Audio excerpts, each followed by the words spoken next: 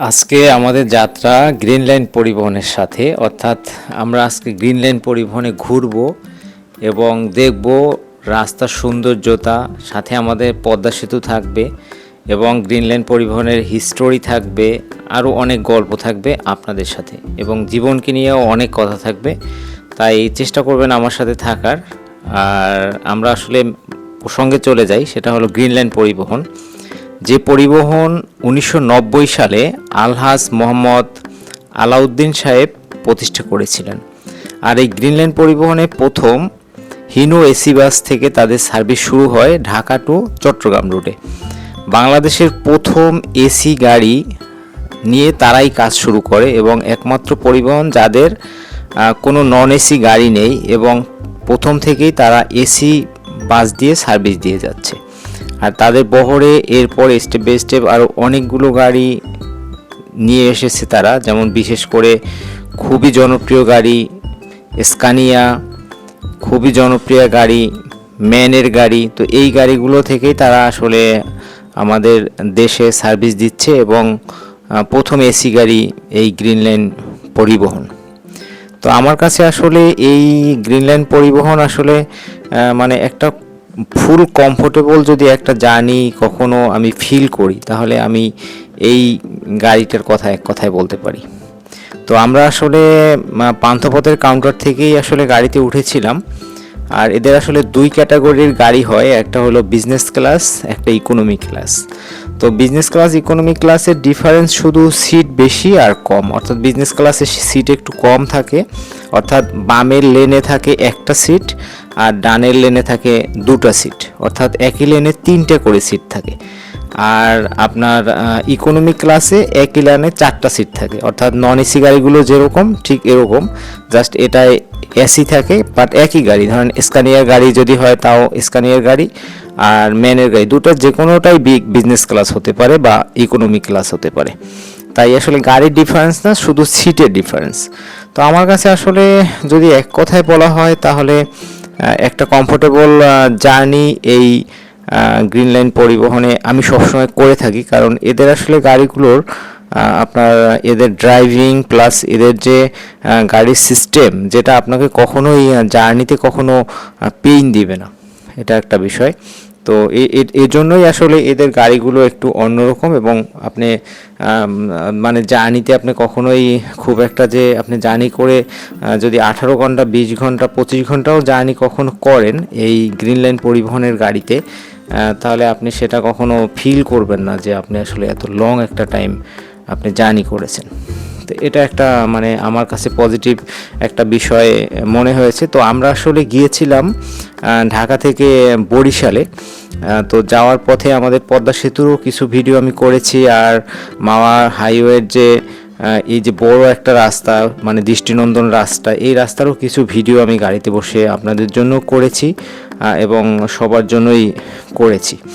আর আপনারা দেখতে পাচ্ছেন আমি কিন্তু স্মুথলি গাড়ির মধ্যে বসেই এই ভিডিওটা করতেছি, কিন্তু গাড়িটা যতটুকু মানে মুভ করতেছে তাতে কিন্তু আসলে মনে হয় না যে গাড়িটা চলছে, অথচ গাড়ি কিন্তু 100+ গতি আছে, বা 90 থেকে 110-এর মধ্যে ম্যাক্সিমাম সময় গাড়িগুলো হাইওয়েতে থাকে। তো ওভারঅল একটা যদি কমফোর্টেবল জার্নি আপনি কখনো ফিল করতে চান, কখনো যদি আপনি মনে হয় একটা কমফোর্টেবল জার্নি করবেন, তাহলে আপনি নিঃসন্দেহে গ্রিন লাইন চুজ করতে পারেন। আর এদের গাড়ি সবচেয়ে বেশি জনপ্রিয় হলো আপনার চট্টগ্রাম রোডে, ঢাকা টু চট্টগ্রাম বা চট্টগ্রাম টু ঢাকা, এটা সবচেয়ে বিলাসবহুল যে গাড়িগুলো ম্যাক্সিমাম এই রোডে। এরপর সিলেট রোডে আছে, মানে ম্যাক্সিমাম মোটামুটি আপনার যদি আপনি এক কথায় বলেন তাহলে ঢাকা চট্টগ্রাম, তারপরে বেনাপোল, রংপুর, রাজশাহী, সিলেট সহ আরও অনেক রোডেই আসলে এদের গাড়িগুলো মোটামুটি আছে আর কি, যদি এক কথায় আপনি বলতে হয়। এখন মোটামুটি সব জায়গাতেই এদের গাড়িগুলো মোটামুটি দেয়া আছে। আগে প্রথমে ছিল, অর্থাৎ 1990 দশকের সময় ছিল আপনার শুধু ঢাকা টু চট্টগ্রামে। তো এরপরে স্টেপ বাই স্টেপ গাড়িগুলো সব রোডেই দিয়েছে এবং একটা কমফোর্টেবল জার্নির জন্য এই গাড়িটা আমি নিঃসন্দেহে চুজ করা যায়, আমি যেটা মনে করি। আর আরেকটা বিষয় যেটা বলতে গিয়েছিলাম, তো এদের আসলে দুই রকম ক্যাটাগরির গাড়ি, যেটা একটা ইকোনমি ক্লাস, একটা বিজনেস ক্লাস। তো ঢাকা থেকে বরিশালের আপনার বিজনেস ক্লাসের ভাড়া হলো 1200 টাকা, আর ইকোনমি ক্লাসের ভাড়া হলো 850 টাকা। কিছুদিন আগে এটা ছিল আর একটু কম ছিল, এই ভাড়া বাড়ার পরে 50 টাকা বেবি বাড়ানো হয়েছে।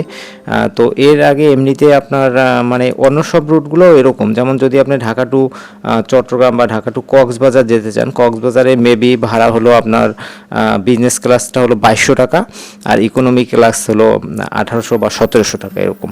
তো ওভারঅল যদি আপনার আমি মনে করি যে আপনি একটা কমফোর্টেবল জার্নি করবেন বা কমফোর্টেবল একটা মানে ভ্রমণ করবেন, তাহলে আপনি নিঃসন্দেহে আপনি গ্রিন লাইনকে চুজ করতে পারেন।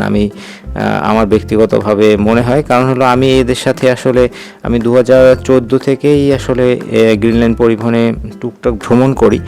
তো আমার কাছে আসলে খুবই একটা মানে কমফোর্টেবল জার্নি বলতে পারেন, বা কমফোর্টেবল একটা ভ্রমণ আপনারা বলতে পারেন আর কি। আর আপনারা একবার ট্রাই করে দেখতে পারেন, কারণ ট্রাই করলে আপনারা বুঝতে পারবেন যে এই গাড়িগুলো আসলে কোয়ালিটি প্লাস এদের যে মান সেটা আপনারা বুঝতে পারবেন। তো আমরা আসলে এখন পদ্মা সেতুর উপর থেকে পদ্মা সেতু পার হচ্ছি। তো আমি চেষ্টা করেছি আপনাদেরকে মোটামুটি ভিডিও তুলে ধরার।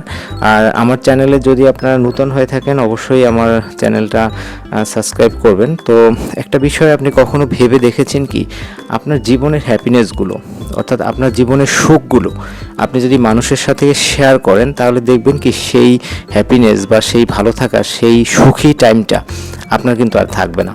এটা আমি একদম প্রত্যক্ষভাবে নিজের জায়গা থেকে আমি ফিল করেছি। তাই আপনার নিজের একান্ত হ্যাপিনেসগুলো, একান্ত ভালো লাগার জিনিসগুলো আপনি অবশ্যই আপনার নিজের মধ্যে রাখার চেষ্টা করবেন। তাতে কি হবে, তাতে আপনার মানে একটা বিষয় হয় কি, আমরা কিন্তু অনেক সময় বলি যে মানে হয়তো কোনো মানুষ আপনার ক্ষতি করবে তা না, অর্থাৎ তার যে একটা বদ দৃষ্টি, অর্থাৎ একটা খারাপ দৃষ্টি যখন আপনার উপরে পড়বে, আপনি ভালো আছেন এইটা যদি মানুষ যখন বুঝতে পারবে বা মানুষ যখন জানবে, তখন আপনার উপর যে একটা নেগেটিভ একটা দৃষ্টি পড়বে, সেই দৃষ্টিটাই কিন্তু আপনার জীবনকে ধ্বংস করে দেবে এবং আপনি একটা টাইমে খুব খারাপ থাকবেন। তো এটা কিন্তু একদম বাস্তব। এটা যদি আমরা আসলে অস্বীকার করতে চাই, এটা আসলে অস্বীকার করার কিছু নেই। এটা হলো 1 নম্বর। 2 নম্বর হলো প্রত্যক্ষভাবে অনেক শত্রুতাও কিন্তু আমাদের তৈরি হয় যদি আপনি আপনার হ্যাপিনেসকে মানে শেয়ার করেন বা মানুষকে জানান। আপনার ধরেন আপনি যদি ভালো থাকেন, ধরেন আপনার কাছে ধরেন এজ এ এক্সাম্পল 1 লাখ টাকা আছে, তো এইটা আপনি ধরেন খুশি হিসাবেই আপনি আপনার ফ্যামিলি বা আপনার আশপাশের লোক 2-একজনকে বললেন যে আমার কাছে আসলে 1 লাখ টাকা আছে, আমি মোটামুটি সব নিয়ে খুব ভালো আছি এবং মানে এছাড়া আমার আরও অনেক কিছু আছে। তো যখন এইটা শুনবে, তখন কিন্তু ওই 1 লাখ টাকা আসলে মানুষ মনে করে কি, এইটা আসলে মনে হয় মানে এই টাকাটার ভাগিদার আরও অনেক মানুষ, আপনার ফ্রেন্ড হতে পারে, আপনার আত্মীয়স্বজন, তারা মনে করে ওর ইনকাম থাকতে পারে, ওর টাকাটা হতে পারে, কিন্তু এই টাকাটা আসলে আমরা প্রাপ্য, এই টাকাটার আমরা পাবো, এরকম কিন্তু অনেক মানুষের অনেক ধারণা থাকে। তো তখন হুট করে একটা মানুষ দেখা গেল আপনার কাছে ধার চাবে বা আপনি ধার দিবেন, পরে দেখবেন আপনার এই টোটাল টাকাটাই আসলে মাইরে চলে গেছে, অর্থাৎ এই টাকাটা আপনি আর পানই নেই। তো বাস্তবতা কিন্তু এরকম। তো অনেক সময় হয় কি, আপনার ভালো থাকা বা আপনার হ্যাপি থাকা, আপনার কাছে কি আছে না আছে, এগুলো যখন মানুষের সাথে আপনি শেয়ার করতে যাবেন বা মানুষকে যখন বলবেন, তখন কিন্তু আপনার সেই জিনিসটার আপনার থাকবে না এবং আপনি দেখবেন যে আপনি খুব রিসেন্ট সেই জিনিসটা হারিয়ে ফেলবেন। সেটা টাকা হোক, আপনার হ্যাপিনেস হোক, আপনার ভালো থাকা হোক, বা আপনার জীবনের যে কোনো পজিটিভ কিছু হোক। তাতে কি হবে, তাতে দেখবেন যে আপনার সেইটা থাকবে না। হয়তোবা কিছুদিন আপনি কষ্ট করে ধরে রাখতে পারবেন, কিন্তু এট এ টাইম একটা সময় গিয়ে দেখবেন কি আপনার সেই হ্যাপিনেসটা বা আপনার সেই সম্পদটা বা সেই আপনার জিনিসগুলো কিন্তু আপনার কখনোই থাকবে না। তো এই জন্য আমরা যখন আমাদের হ্যাপিনেস কারোর সাথে শেয়ার করব, তখন আমরা খুব হিসাব করে করব যে আসলে এই হ্যাপিনেসটা, এই ভালো থাকাটা কি আসলে তার সাথে শেয়ার করা যায়, আসলে কি তাকে শেয়ার করলে আপনি কি ভালো থাকতে পারবেন, বা আপনি কি ক্ষতিগ্রস্ত হবেন কিনা, বা আপনার কি সব ঠিকঠাক থাকবে কিনা। এটা কিন্তু একটা মোস্ট ইম্পর্ট্যান্ট ইস্যু আপনার জীবনের জন্য, কারণ এটা আমি প্রত্যক্ষভাবে আমি ফেস করেছি।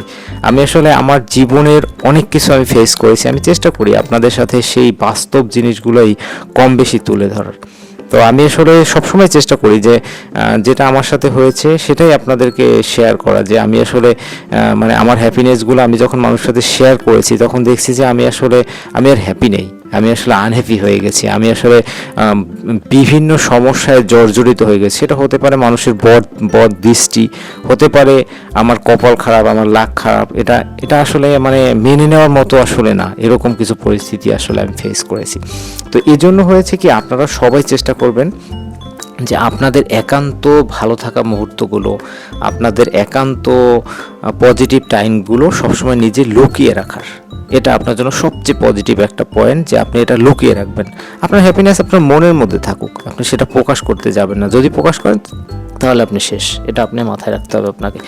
আরেকটা বিষয় হল কি, আমাদের এখন আসলে পরিস্থিতি এমন হয়েছে, আমরা আসলে এতটাই সামাজিক যোগাযোগ মাধ্যমের সাথে জড়ানো, যেমন ফেসবুক বলেন, ইউটিউব বলেন, টুইটার বলেন, আর অনেক কিছুর সাথে। তো আমাদের আসলে এই হ্যাপিনেসগুলো বা আমাদের ভালো থাকাগুলো আসলে আমরা আসলে আটকে রাখতে পারতেছি না কোনো ক্রমেই, যার কারণে কিন্তু আমরা প্রতিটা মুহূর্তে, প্রতিটা সময় আমরা এই নেগেটিভ পরিস্থিতি ফেস করতেছি। এবং আমরা যতদিন ভালো থাকবো সেটাও আসলে আমাদের পক্ষে সম্ভব হয় না, কারণ আমরা প্রতিটা মুহূর্তে আমাদের হ্যাপিনেসগুলোকে শেয়ার করি। এটাও কিন্তু আমাদের জন্য একটা বড় নেগেটিভ পয়েন্ট। কিন্তু আসলে এখান থেকে আমরা আসলে বের হয়ে আসবো কীভাবে? আমি আসলে এখান থেকে বের হয়ে আসার আসলে আমি কোনো রাস্তা খুঁজে পাই না। তাহলে আপনাকে ফেসবুক চালানো বন্ধ করে দিতে হবে, অর্থাৎ সামাজিক যোগাযোগ মাধ্যম থেকে বের হয়ে আসতে হবে। এটা আসলে মানে সম্ভব না, আসলে কোনো মানুষই হয়তো পারবে না, কিন্তু আমরা পারি, একটা বিষয় পারি, সেটা হলো আমাদের নিজেদের সংযম তৈরি করা। অর্থাৎ আমাদের যে হ্যাপিনেস, আমাদের ভালো থাকে, এটাকে নিজে কন্ট্রোলের মধ্যে রেখে নিজের মধ্যে রাখা। এটা যদি আপনি করেন তাহলে অবশ্যই আপনি ভালো থাকবেন। তো আমাদের আসলে গাড়িটা মাঝপথে ব্রেক দিয়েছিল। আমরা আসলে সকালের নাস্তার জন্য আমাদের গাড়িটা এখানে ব্রেক দিয়েছে। আমাদের আসলে ঢাকা থেকে বরিশাল যেতে আপনার সর্বোচ্চ 4 থেকে 4.5 ঘন্টা লেগেছিল। তো মাঝপথে যখন পদ্মা পার হয়ে আপনারা এখানে একটা হোটেল আছে, এই যে বরিশাল চাইনিজ হোটেল, এখানে আমাদের গাড়িটা বিরতি দেয় এবং এখানে আমরা হালকা পাতলা নাস্তা করেছিলাম। আর আমি চেষ্টা করেছি একটা স্নিগ্ধমুখর সকালবেলা আপনাদের সাথে তুলে ধরার, এবং এই সকালের যে সৌন্দর্যতা, সকালের যে একটা মানে, আমরা তো ঢাকায় থেকে আসলে কখন আমরা সূর্যোদয়ও দেখি না, আমরা সানসেটটা পর্যন্ত জানি না যে আসলে সূর্য কত সুন্দর হতে পারে, সূর্যোদয় কত ভালো হতে পারে, একটা সকাল কত সুন্দর হতে পারে মানুষের জীবনে। এটা কিন্তু আমরা আসলে জানি না। আমরা আসলে ঘুমিয়ে উঠি সকাল 9টা 10টায়, দেখা যায় আমরা যখন উঠি তখন দুপুর হয়ে যায় একরকম। তো এই জন্য আমরা কিন্তু সানসেটটা পর্যন্ত আমরা কখনো দেখিনি। একটা সুন্দর সকাল আপনার জীবনকেও অনেক সময় চেঞ্জ করে দিতে পারে, আপনার অনেক হ্যাপিনেস নিয়ে আসতে পারে, কিন্তু সেটা কিন্তু আমরা অনেক সময় হয় কি, আমরা আসলে সেটা দেখার সুযোগ হয় না। তবে আমি আপনাদেরকে যেটা বলবো, আপনার যদি কখনো সুযোগ হয় তো অবশ্যই গ্রামের সাথে টাচে থাকবেন, মাঝে মাঝে গ্রামে যাবেন, মাঝে মাঝে গ্রামের মিশবেন, গ্রামের মানুষগুলো সম্পর্কে জানবেন, গ্রামের প্রত্যন্ত জায়গায় ঘুরবেন, সকালে সূর্যোদয় দেখবেন, সন্ধ্যাবেলার সূর্যাস্ত দেখবেন। এই যে মানসিক একটা হ্যাপিনেস, এই যে মেন্টাল একটা স্যাটিসফ্যাকশন আপনার লাইফে চলে আসবে, এইটা আপনাকে অনেক ভালো একটা জায়গায় নিয়ে যাবে। তাই আমি মনে করি প্রতিটা মানুষের লাইফে প্রত্যেকটা সময়ের জন্য আপনার হ্যাপিনেস দরকার। যদি আপনি হ্যাপিনেসটা না আনতে পারেন আপনার জীবনে বা আপনার মধ্যে, তাহলে আপনি ভালো থাকতে পারবেন না। এজন্য আপনাকে অবশ্যই হ্যাপিনেস আপনার মধ্যে গ্রো করতে হবে। তো এই হলো বিষয়। তো আপনারা চেষ্টা করবেন সবাই। আর এই গ্রিন লাইনের গাড়িগুলো আমি আপনাদেরকে দেখানোর চেষ্টা করেছি, ওদের সব গাড়িগুলোই আসলে গর্জিয়াস। এক কথায় যদি বলা হয় তাহলে মানে এদের মডেল প্লাস এদের যে গাড়ির গেট আপ আমার কাছে একদম নিঃসন্দেহে, মানে আমি একসাথে এক কথায় আমি এদের গাড়িগুলো পছন্দ করি সব কিছু নিয়ে। মানে এদের সব কিছুই আমার কাছে আসলে কমফোর্টেবল মনে হয়। যেমন গাড়ির ভিতরের সিটগুলো, ইকোনমি ক্লাসের সিটগুলো একটু ছোট, কিন্তু ছোট হলেও গাড়ি স্মুথ গাড়ি, যার কারণে আসলে এই সিটটা নিয়ে আসলে ওরকম কোনো প্রবলেম হয়তো অনেক মানুষেরই হয় না। তো ওভারঅল আর কি আমার কাছে, আমি যদি এক কথায় বলি তাহলে গ্রিন লাইনে পরিবহনে আমি ভ্রমণ করেছি এবং আমার কাছে খুব পজিটিভ মনে হয়েছে। আপনারাও যদি সুযোগ হয় তাহলে আপনারাও ভ্রমণ করবেন। আর গ্রিন লাইনের পাশাপাশি আপনি আরও কয়েকটা খুব ভালো ব্র্যান্ডের গাড়ি রয়েছে বাংলাদেশে, যেমন সোহাগ স্কানিয়া, সেটাও খুব ভালো গাড়ি। এদের আবার বরিশালে ইকোনমি ক্লাস নেই, এদের শুধু বিজনেস ক্লাস 1200 টাকা ভাড়া।